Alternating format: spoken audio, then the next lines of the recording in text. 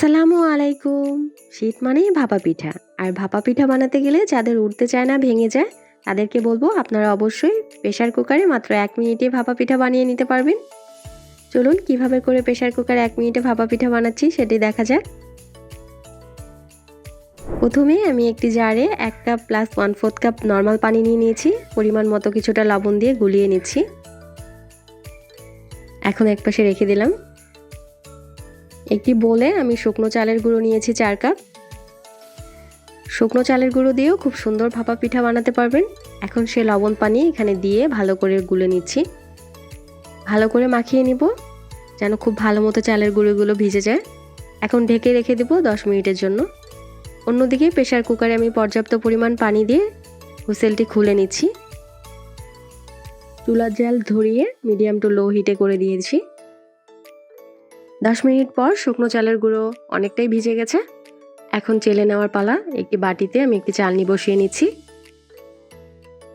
অল্প অল্প করে আমি সবগুলো চালের গুঁড়ি খুব ভালো মতো চেলে নেব। অবশ্যই চেলে নেবেন। দেখুন আমার চালা হয়ে গেছে। আমি কিছুটা নারকেল কুড়িয়ে নিয়েছি আর কিছুটা গুড় গ্রেট করে নিয়েছি। ছোট সাইজের আমি ২টি ভাপা পিঠার বাটি নিয়ে নিয়েছি। কিছুটা শুকনো চালের গুঁড়ি একটু ঘষে নিচ্ছি। এতে পিঠা খুব সুন্দরভাবে উঠে আসবে। এখন সেই ভেজা চালের গুঁড়ো দিয়ে দিচ্ছি।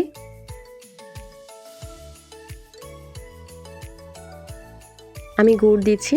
আপনারা গুড় অবশ্যই আপনাদের মিষ্টির পরিমাণ অনুযায়ী দিয়ে নেবেন। নারকেল দিয়ে উপর দিয়ে আবার চালের গুঁড়ো দিয়ে ঢেকে দিচ্ছি। খুব জোরে জোরে চেপে চেপে দিবেন না, আলতো আলতো করে একটু চেপে চেপে দিবেন। আলতো আলতো করে দিয়ে নেবেন। আমি এভাবে করে আরেকটি বানিয়ে নিচ্ছি।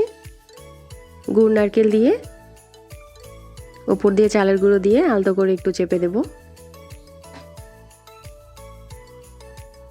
একটি কাপে আমি একটি ফানেল বসিয়ে নিয়েছি। একটা ভেজা সাদা নেংড়ানো কাপড় নিয়ে নিয়েছি।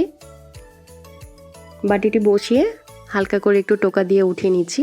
এতে করে ভাপা পিঠাটি সুন্দরভাবে কাপড়ের মধ্যে চলে আসবে। এখন এই ফানেলটি সহ আমি প্রেসার কুকারে বসিয়ে দিচ্ছি। জাস্ট ১ মিনিট সময় লাগবে। ১ মিনিটের মধ্যে আপনার ভাপা পিঠা হয়ে যাবে। দেখুন গরম গরম ভাপা পিঠা তৈরি হয়ে গেল। খুব সহজেই অনেকগুলো পিঠে আপনারা খুব তাড়াতাড়ি করে তৈরি করে নিতে পারবেন। আমি একটু ভেঙে দেখাচ্ছি কেমন হয়েছে। দেখুন খুব সুন্দর পিঠে খুব অল্প সময়ের মধ্যে তৈরি করে নিতে পারবেন।